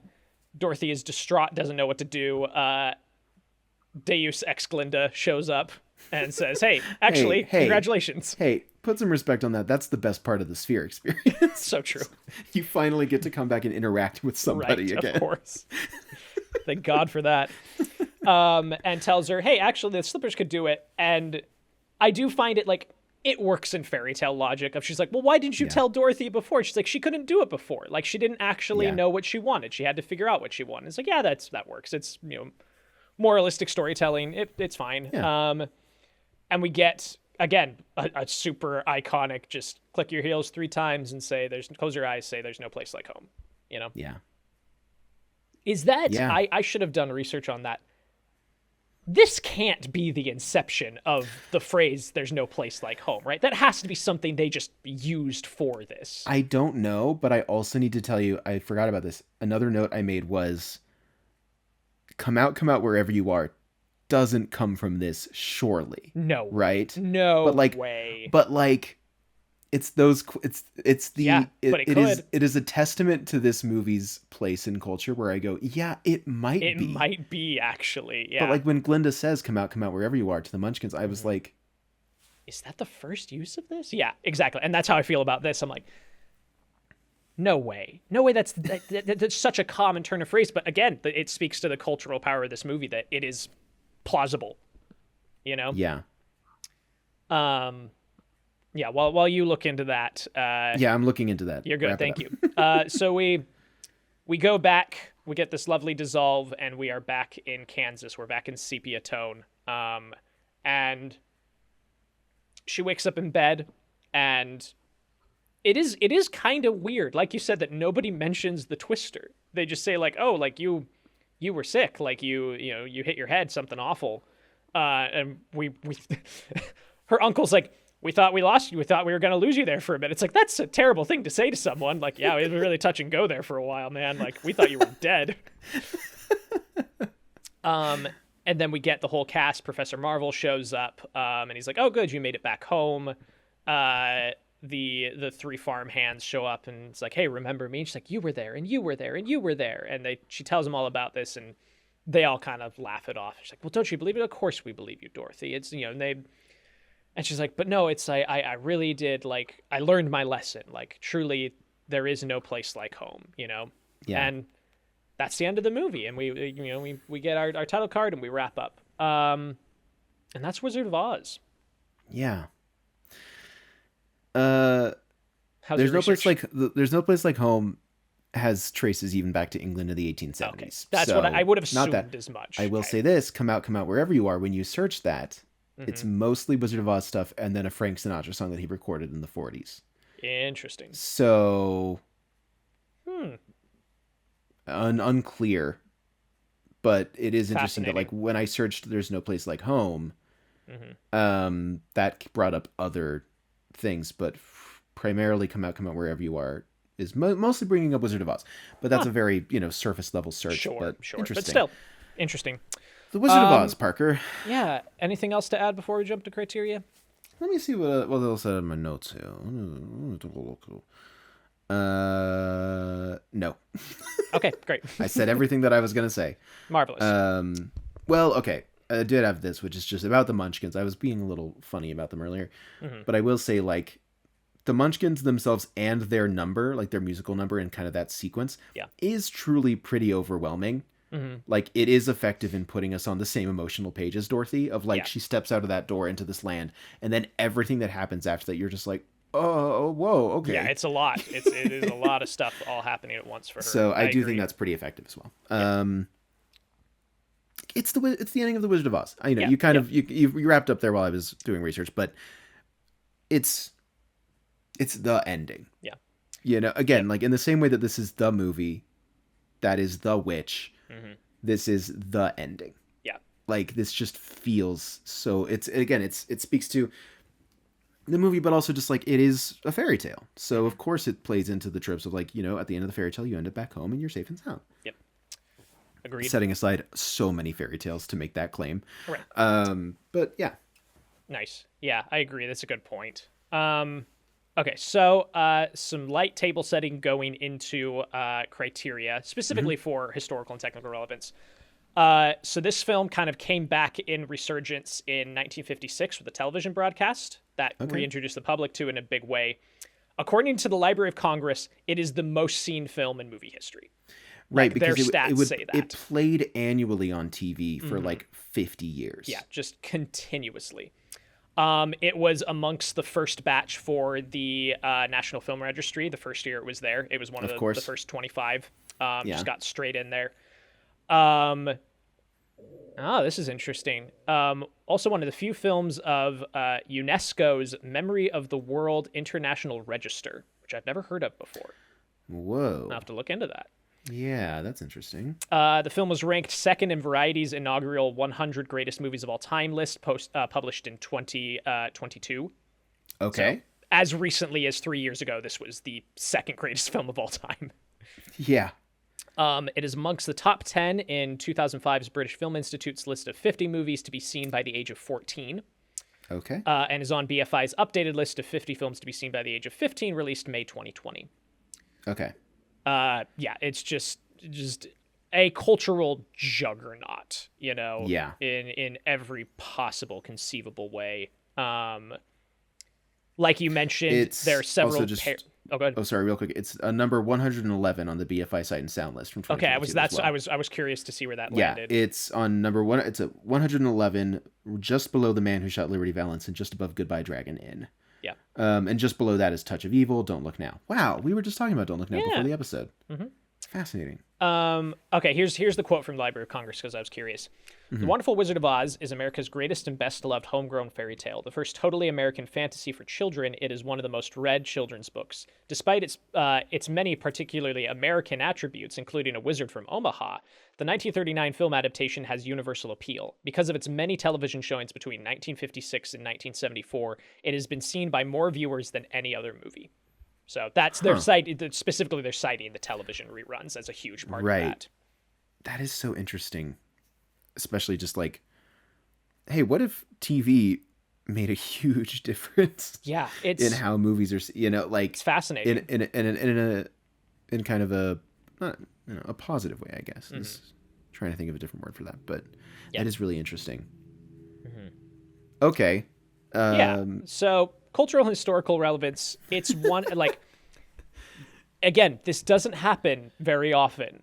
No. That so clearly we have a movie that, in my opinion, trounces Citizen Kane. Like, Citizen Kane is typically big, right? But yes, Citizen Kane is big. Typically with this piece of criteria, as regular listeners will know, if something takes the point away from Kane, it's because we say there can be an argument or it beats Kane in pop culture or in something else. Like, we're so ready and willing to give something a point because we want to. Yeah. And so rarely are we willing to give this point to or so rarely do we end up giving this point to something because it, like you said, it trounces Citizen Kane. Like, there are few movies that we could cover on this show that make that sizable of an impact. Yeah. But The Wizard of Oz absolutely does. The Wizard of Oz is formative in film and in film history and in our culture. Like, well, it was, you can finish your thought. Oh, just like so many things are shaped by The Wizard of Oz in some way or another. Yeah. And the fact that we keep returning to this story over and over and over again in different ways and different adaptations and how it influences different filmmakers. I mean, I feel like we can't do this episode without mentioning David Lynch and how impactful that was on him as a film and as an influence. And there's so many other filmmakers like that, I'm sure, that I just can't think of right now, where like The Wizard of Oz is big. Yeah. And like it has shaped our lives in how we reference things, how we think about film in so many ways that we can't even really fathom without really talking about it, But I think most people don't go day to day being like, oh yeah, like the shape of Hollywood today is sizably, impacted by The Wizard of Oz in 1939. Yeah. No, it's a very, very solid claim, I think, and I agree on all points of that. And like, people point to Star Wars, rightfully so, as like unlocking movie merchandising. Yeah. But Wizard of Oz, it wasn't at the release, which is why it doesn't get that claim. But like, Wizard of Oz merch is everywhere, and it has been everywhere for generations. Like, I have grandparents who own Wizard of Oz mugs and statuettes and things. Like, it's just it's everywhere. And not only is it everywhere, it's this film specifically, right? Like, it's the blue gingham gown and it is the ruby brown slippers. Hair and like, I was even just looking the other day because I ended up seeing the Wicked for Good trailer again. And, obviously Wicked for Good is going to be doing Wizard of Oz. Yeah. And what's interesting is that this is going to be basically, not counting some animated stuff, not counting the Muppets TV movie, this is going to be kind of the first cinematic approach to the Wizard of Oz story since this movie, right? Yeah. Yeah, because Oz the Great and Powerful is a prequel pretty solidly. The Return to Oz is a sequel. And there's just not much else there. There's like animated stuff, but a lot of that is also sequels. This is our first like theatrically released Wizard of Oz story because it's going to be happening in the background of Wicked for Good. And what's interesting is that in the trailer, and they showed it at the very beginning of Wicked Part 1 as well, the wizard's face like talking to the Scarecrow, the Tin Man, Dorothy, and the Lion is a realistic lion, obviously, in this movie. But you look at the costumes of those other three characters, and it's still pulling from this movie. Yeah. Probably as much as they can legally. Totally. Right? Because this is what people expect Wizard of Oz to be and look like. It's the problem that every movie runs into because MGM has never made a sequel. No. It's always been other studios who don't have the rights to use the Ruby Slippers, to use everything, all the music, and specifically all of these things. Yeah. And so it's fascinating to me. Like, that's what makes this such an interesting thing, is that it is one of the biggest and most adapted franchises in American film and in American storytelling. And yet nothing can actually touch the movie that they're all trying to bank off of. Right. Because they legally can't. Yeah, they have ironclad this thing. It's like if it's wild to imagine any other franchise trying to do that. Any other adaptation trying to do that. What if the Harry Potter show was being done by a different studio and they went, wait, we can't use Hedwig's theme? Yeah. Well, I remember reading some headline about how like it was a weeks-long negotiation of the very particular hue of green they could use for Oz the Great and Powerful. They were just like, hey, we've copyrighted this section of the spectrum for this character. It has to be more saturate or less saturate than this particular green.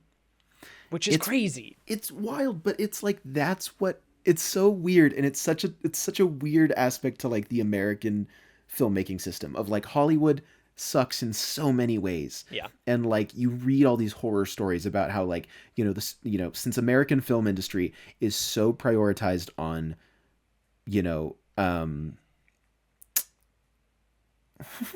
money? What's the word? I'm trying to find like a more intelligent word. Yeah, it's commercially driven. Yes, it's commercially driven, and so that leads to a lot of competition, right?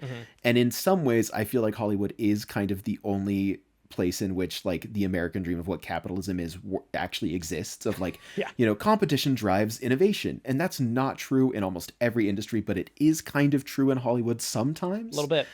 And that's what makes this so interesting, is like, because of competition and capitalism, that has preserved the Wizard of Oz as being the only place you can see this story in this exact way. Because there's no sequel, there's no remake, and there's no adaptation that can do it the way that this exists in the cultural mindset. Everything that we think of when we think of the Wizard of Oz isn't in every other version of these characters. And anyway, I just think that's really interesting. I know I built up really well, and I'm really proud of the point I was making, and then I just kind of fizzled out. So I think you made a great point. Thank you. All this to say, I think this point goes to Wizard of Oz. Yeah, absolutely. Yeah, like I don't know what to tell you. Wait, do you think it passes the Simpsons test? Wait. Okay. How well is this movie doing what it's trying to do? Pretty well. Yeah. Again, like it's kind of undeniable. It's undeniable. Like you look at the difficulties of the production and kind of the nightmare situation a lot of this was born out of, and yet I think they achieved what they set out to achieve. They somehow landed it. Yeah, they did. Because it feels like, from everything you hear, it shouldn't be a movie that works at all or exists. Totally.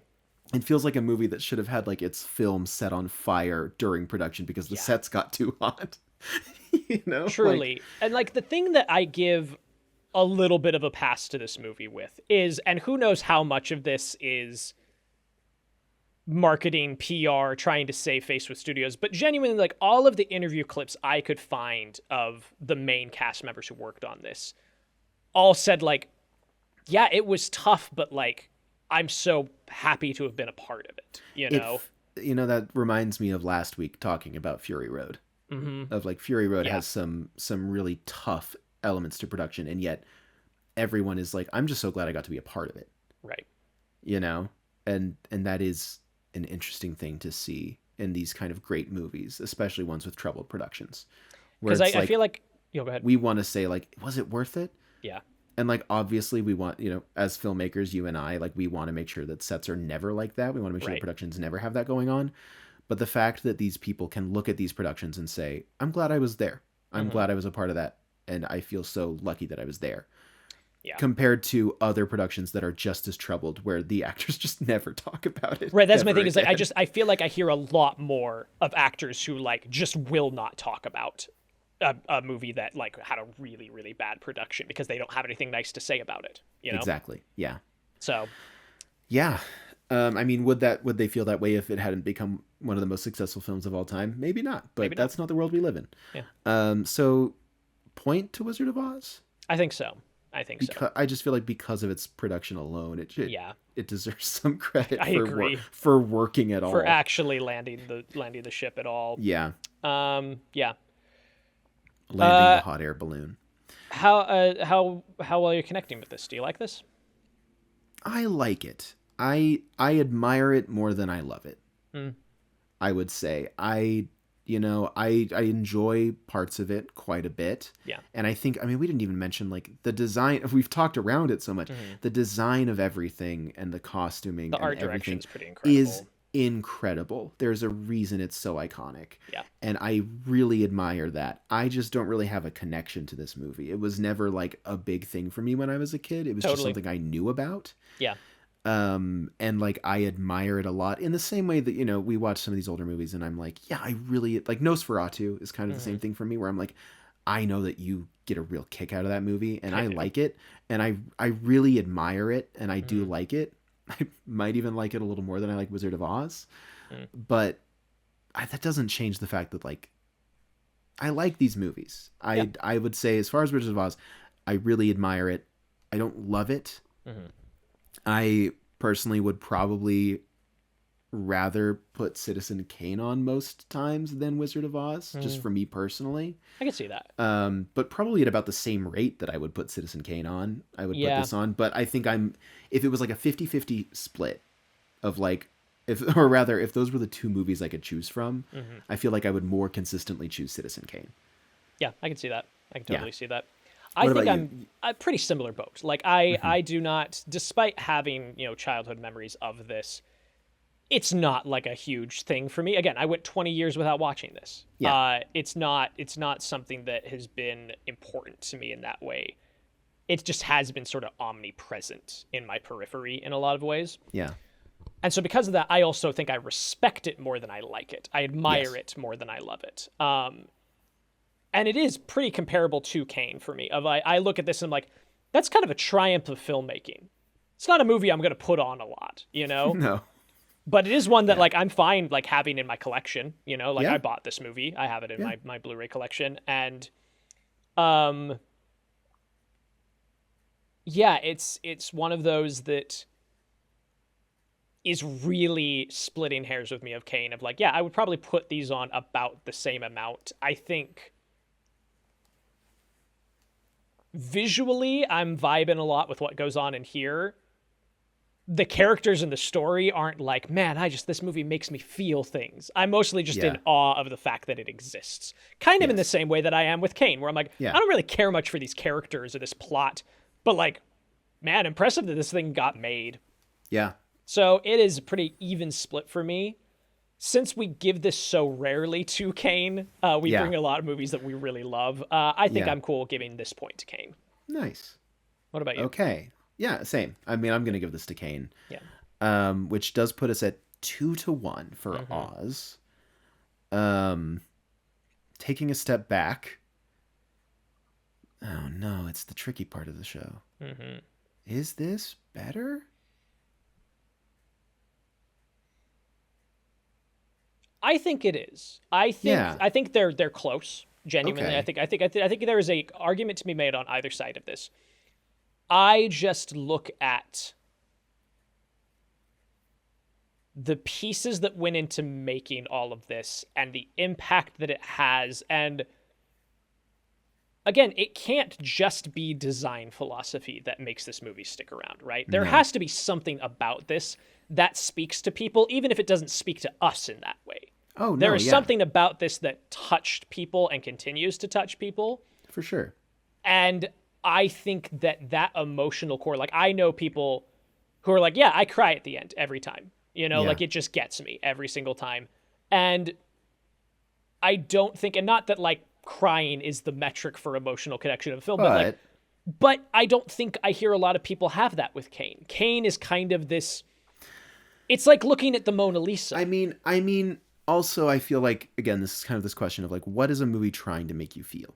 Mm-hmm. And Kane isn't asking you to cry ever. It's asking you to consider this man and also like how we idolize people and also how they fail and how they change over time in a lot. Right. Like as from like an emotional character based standpoint, I feel like that's what it's kind of about is like, Sure. This is a man who had values and that just leaves him over time. And like he becomes corrupted by the nature of kind of having power and money, et cetera, et cetera. To the point that like I feel like the biggest emotion it can have you feel is like the man who had everything didn't have the one thing that he wanted, which was the childhood that was robbed from him. Right. But do you think when people talk about Kane in a historical context, is that the part they're engaging with, or is it, it was the first movie to do this, this, and this? Like is the thematic thrust of that film still a part of that conversation? I don't think. That's a good question. I mean, I feel like Citizen Kane is, like you said, it's kind of looked at like the Mona Lisa, but I feel like it's talked about like, I don't know. See, I'm so skewed by film school. Right. And that's my thing. I don't know how normal people would talk about Citizen Kane. Yeah. And I feel like and that's what makes this so hard because I understand how normal people talk about Wizard of Oz. Yeah. But that's such a different comparison because Citizen Kane is not an emotional film. No. And that's what I'm pulling from, though, is like I've had conversations with people like my parents who aren't film people. My dad knows what Citizen Kane is, and what he knows about Citizen Kane is that it's like, well, yeah, isn't that the movie that like started a bunch of like narrative film, ideas and I think about methods. I think about what friend of the show, Brogan Boas says of like, he's like, we don't talk about Citizen Kane the way that we should. Sure. We only talk about it in terms of, well, that's a really important movie and it did this and this and this. It's a bullet point list of achievements of technical craft. Right. Rather than its political placement and what it was doing with the moment in America at the time. Mm-hmm. And what it's actually saying doesn't get talked about. Yeah. At all. Right. And I don't think that's a fault of the film. It's not a fault of the film. It's just that's how it is. Right. And The Wizard of Oz, because it is a fairy tale, it's emotional and it connects with people on like this very base level. Because I don't know I don't think there's any political overtones to The Wizard of Oz. So I think if we're just looking at it as like a statement of like, there's no place like home and, everything that you need is kind of within you already. Yeah. In a sense, like you always had what you needed to do what you wanted to do. Right.